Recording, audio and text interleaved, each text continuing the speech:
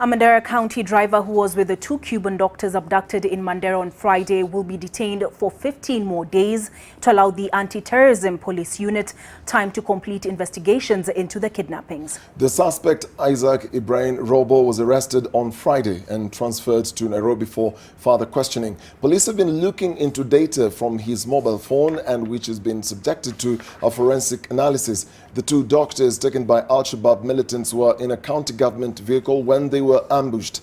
The government says it has, in the meantime, recalled the Cuban doctors from Garissa, Wajir, Lamu and Tana River counties over safety concerns.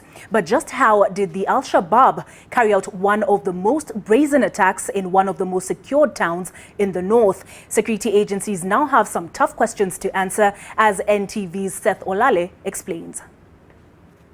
The brazen daytime kidnapping of two Cuban doctors in Mandera streets last Friday has left many unanswered questions within security circles.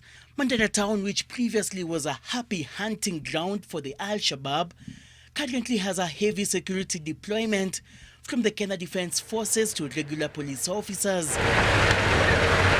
There are reportedly over 1,000 security officers in Mandera town and its environs, drawn from 8 agencies that include the Anti-Terrorism Police Unit, Rapid Deployment Unit, Rural Border Control Unit, Administrative Police, Regular Police, and Kenya Defense Forces Long Range Surveillance Unit, which are jointly coordinated by the National Intelligence Service and Military Intelligence. Police officers man roadblocks stationed on every access road into Mandera town, while the only operational airstrip is inside a heavily guarded military camp just a few minutes from Mandera town.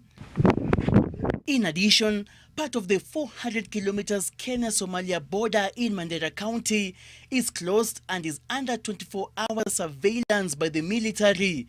But despite all the security installations in place, armed gunmen still pulled off one of the most audacious kidnappings in the country's recent memory. It is very, very embarrassing for the security management in our county of Mandera for this incident to have occurred, for people being driven on a probox for over 4 kilometers and deterred and intercepted.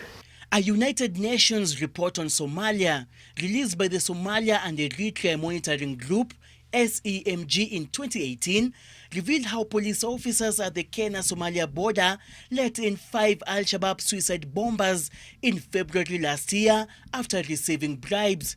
The report further revealed that Kenyan security forces routinely accepted cash gifts from as low as 2,000 Kenyan shillings from the militants.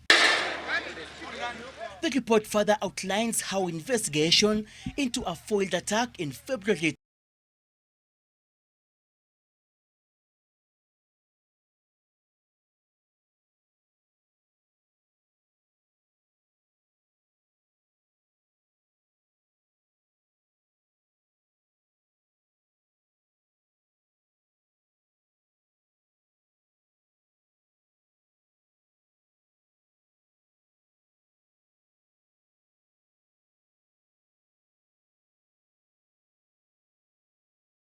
base in Elwak.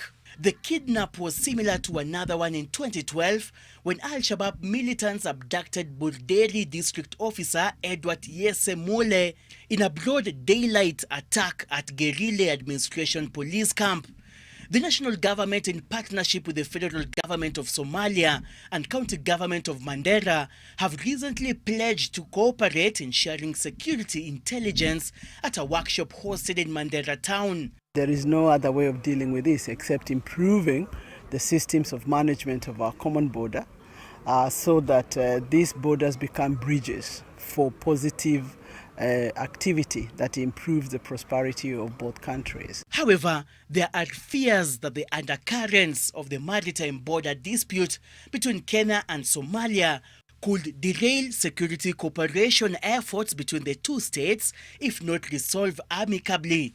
The two Cuban doctors are still missing, today being the 4th day since the kidnapping incident occurred in Mandera town. A multi-agency has been formed and is currently conducting a rescue operation. Seth Olale, NTV, Nairobi.